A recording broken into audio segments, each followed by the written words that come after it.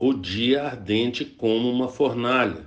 Olá, espero que você esteja bem. Nós estamos aqui mais uma vez para darmos hoje fim ao estudo do livro do profeta Malaquias. Hoje, Malaquias capítulo 4. Mas antes é necessário que eu faça 3 pedidos. E o primeiro pedido é para que você não apenas curta, mas compartilhe esse estudo com outras pessoas, para que outras pessoas venham ser abençoadas, para que outras pessoas venham ser edificadas. O segundo pedido é para que você adquira a Bíblia 365, porque através dela você vai ler um trecho do Antigo Testamento, um trecho do Novo Testamento, um trecho de Salmos e um trecho de Provérbios. Com isso, a nossa intenção é fazer com que você leia a Bíblia toda em um ano. Portanto, aceite esse desafio, porque certamente será bênção na sua vida. E o terceiro pedido é para que você participe de pelo menos um dos estudos que nós disponibilizamos ali na igreja. Temos estudos às segundas, às quartas, às quintas, aos domingos. São dias diferentes, horários diferentes, temas diferentes, e com isso a nossa intenção é de alguma forma fazer com que você venha participar, achar um espaço aí na sua agenda para você participar de um desses estudos, para que você venha adquirir mais conhecimento da palavra de Deus. Portanto, aceite também esse desafio para que você venha ser abençoado.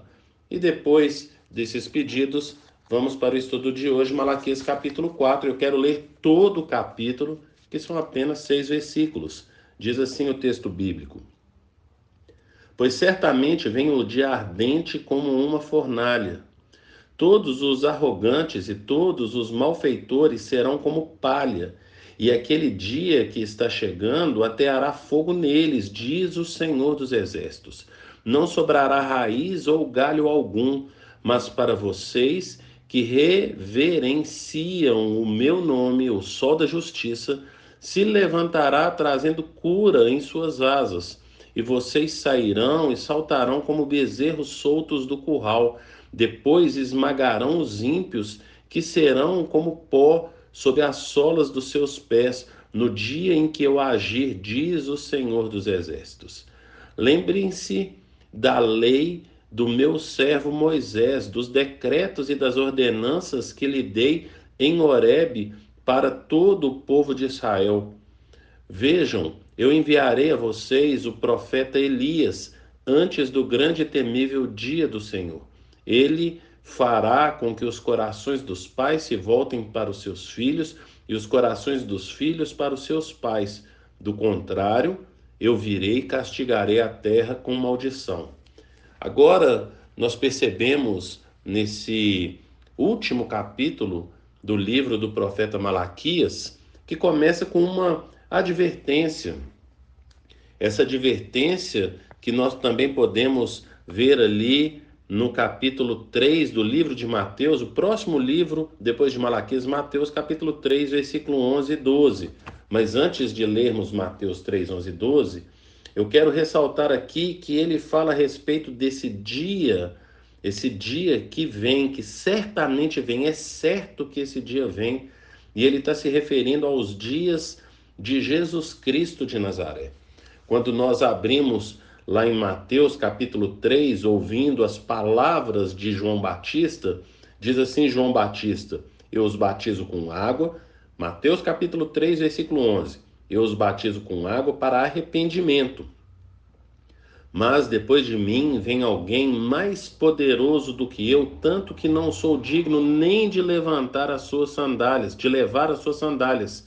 Ele os batizará com o Espírito Santo e com fogo.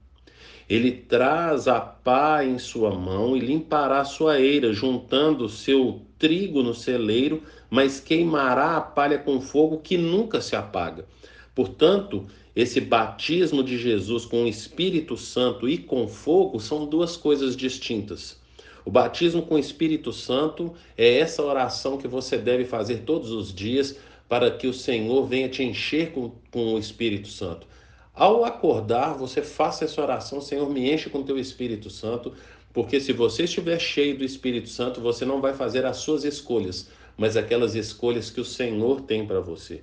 E o segundo tipo de batismo é o batismo com fogo, aonde ele fala que é onde vai queimar a palha com fogo que nunca se apaga. Portanto, são coisas distintas. E é isso que o profeta Malaquias está falando aqui João Batista está parafraseando, se nós pudermos falar assim, parafraseando esse Malaquias capítulo 4, versículo 1, falando do que o Senhor vai fazer.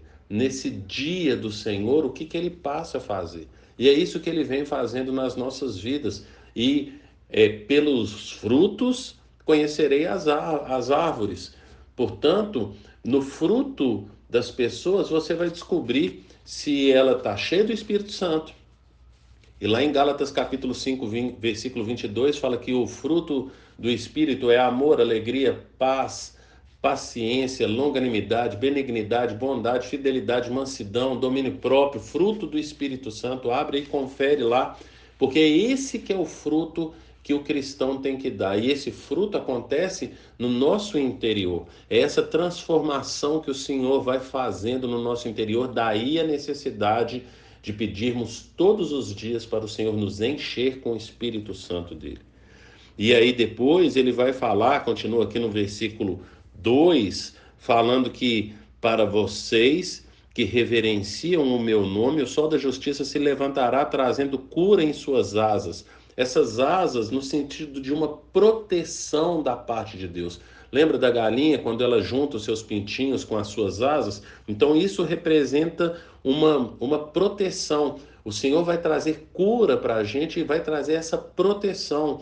E qual que é a cura que nós precisamos? É a cura desse nosso pecado, é a cura dos nossos pecados. Quando nós somos curados, então nós vamos para o céu. Nós vamos viver eternamente com o Senhor. Portanto, essa cura é de uma doença eterna que leva o ser humano ao inferno. Quando somos curados dessa eternidade no inferno para podermos viver eternamente com o nosso Senhor. E quando somos curados, e essa cura acontece aqui nesse mundo, hoje na sua vida, quando essa cura acontece, o Senhor vem trazer a sua proteção para a sua vida. A proteção dele para a sua vida. Essa proteção é essa proteção eterna, porque o Senhor fala que o sol vem sobre justos e injustos, sobre maus e bons, não é assim? Ele fala a respeito dessa graça comum, aquilo que vem para todos. Portanto, nós não podemos olhar como o mundo olha para as coisas desse mundo. Não é esse o nosso, o que nos demonstra que o Senhor está nos protegendo. A proteção dele para as nossas vidas é quando nós não caímos mais, quando nós andamos de fé em fé, de glória em glória, quando nós somos sustentados por ele. Essa é a proteção dele, quando ele nos carrega. E o texto continua falando que nós, né, que vocês sairão e saltearão como bezerro solto no curral. Traz essa demonstração de alegria, felicidade, de quando estamos realizados, é essa paz que nós temos com Deus e que nós temos com o outro. É disso que o texto está falando. E continua falando aqui no versículo 3: depois esmagarão os ímpios, que serão como pó sob a sola dos seus pés, no dia em que eu agir, diz o Senhor dos Exércitos. E esse pó que vem falando aqui é esse pó da eira que fala lá em Mateus capítulo 3, versículo 12. Ele traz a pá em suas mãos e limpará a sua eira, juntando trigo no celeiro, mas queimará a palha, essa sujeira que vai ficando, esse pó que vai ficando. É disso que o profeta está falando. Está falando a respeito desses dias a partir de Jesus. Esses dias a partir do nascimento, do surgimento do Messias nesse mundo. Portanto, vai mudar muita coisa. E aí agora ele começa a entrar com algo que é para a santificação das nossas vidas. Versículo 4: lembre-se da lei do meu servo Moisés, os decretos e as ordenanças que lhe dei em Horebe para para todo o povo de Israel. Portanto, agora ele lembra dos mandamentos, os mandamentos que o Senhor deu para Moisés ali no Horebe.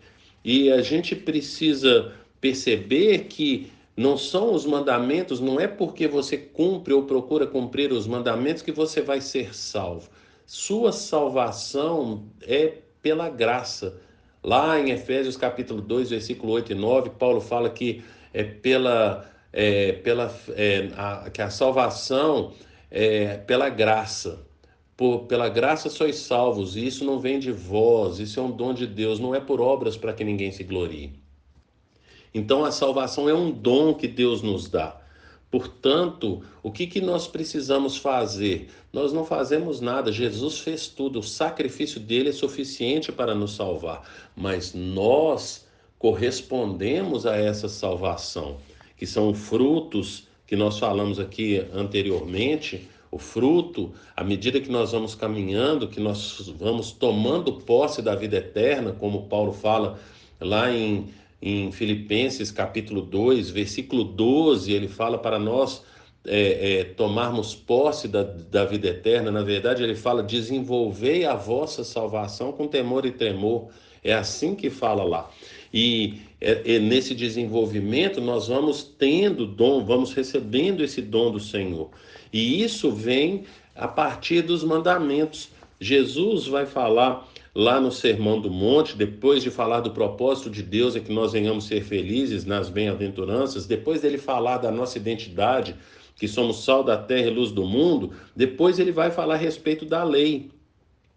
E ele fala lá no versículo 20: pois eu lhes digo que se a justiça de vocês não for muito superior à dos fariseus e mestres da lei, de modo nenhum entrarão no reino dos céus. Portanto, nós precisamos da lei. Quando a gente olha, o primeiro olhar nosso para a lei, nós olhamos para a lei e descobrimos que somos pecadores, somos réus, merecedores do fogo eterno. E aí olhamos para a cruz do Calvário, onde somos salvos pela graça. Nós somos salvos pela graça. E aí, a hora que nós queremos demonstrar gratidão a Jesus pelo que ele fez na cruz do Calvário por nós, ele aponta para os mandamentos novamente, porque é assim que somos santificados. Portanto, tem valor os decretos, e como Jesus fala no Sermão do Monte, ele fala lá no versículo 17: não pensem que vim abolir a lei, Mateus capítulo 5, versículo 17, não pensem que vim abolir a lei ou os profetas, não vim abolir, mas cumprir. Digo-lhes a verdade, enquanto existirem céus e terra, de forma alguma desaparecerá a lei, a menor da letra ou menor traço, até que tudo se cumpra. Portanto, nós precisamos obedecer à lei do Senhor. E ele vai falar a respeito, agora no versículo 5, vejam, eu enviarei a vocês o profeta Elias, antes do grande e temível dia do Senhor. Portanto, o profeta Elias é Jesus Cristo, que vai anunciar a sua palavra e demonstrar com poder, porque era isso que Elias fazia. Elias ia lá e enfrentava o rei, ele ia lá e enfrentava toda a elite de Israel, o reino do norte, e demonstrava com atitude, quando cai fogo do céu, né? Aquilo que ele fez ali com os profetas de Baal. Vale a pena você voltar e reler ali a história, mas é isso que Jesus faz também nos dias dele. Ele vai lá e confronta as autoridades de Israel, os fariseus, os saduceus. Ele confronta eles, mostra como que eles são hipócritas, aponta para a lei e traz sinal através de cura leproso, cura cego, ele ressuscita mortos. Então ele faz disso tudo para demonstrar a mensagem dele. Daí esse é o Elias. E ele veio antes do temível dia do Senhor, que é a segunda vinda dele. Portanto, aqui no versículo 5, trata da primeira vinda dele, no papel de Elias, mas também trata da segunda vinda dele, quando ele vai voltar com justiça para trazer juízo. E versículo 6 conclui: ele fará com que os corações dos pais se voltem aos filhos, e os corações dos filhos para os seus pais. Portanto, esse cumprir a vontade de Deus, o pai cumprindo o verdadeiro papel dele como pai, o filho cumprindo o verdadeiro papel dele como filho, trazendo essa justiça, e essa justiça que vai acontecendo no meio dos cristãos. E preste bem atenção, eu falo dos cristãos e não da igreja, porque nem todos que frequentam a igreja são cristãos, mas todo cristão frequenta a igreja. E ele fala que vai fazer isso que vai acontecendo, que é essa transformação interna e externa que acontece nas nossas vidas quando nos convertermos. E ele fala, do contrário, caso isso não aconteça, do contrário, eu virei e castigarei a terra com maldição. Portanto, essa transformação que vai se perdendo, porque fala que por se espalhar a iniquidade, o amor de muitos se esfriaria. Isso está lá no sermão escatológico, Mateus capítulo 24, depois você dá uma lidinha lá. Então fala a respeito desse período aonde ele vai voltar e castigar. Por quê? Porque o pessoal vai se afastando dele. Com isso, eu quero que você pense como você tem vivido o seu cristianismo, a sua vida com Deus, há fruto na sua vida, e entenda que isso não vem por esforço humano, isso aí é uma transformação de mente, como Paulo fala em Romanos capítulo 12, é necessário uma transformação de mente e, portanto, você pedir diariamente para que o Senhor te encha com teu Espírito Santo, com o Espírito Santo dele, que ele nos encha com o Espírito Santo dele, para que haja em nós fruto do Espírito e para que a gente possa, a partir daí, percebermos Cristo em nós, a esperança da glória. Pense nisso e que o Senhor te abençoe.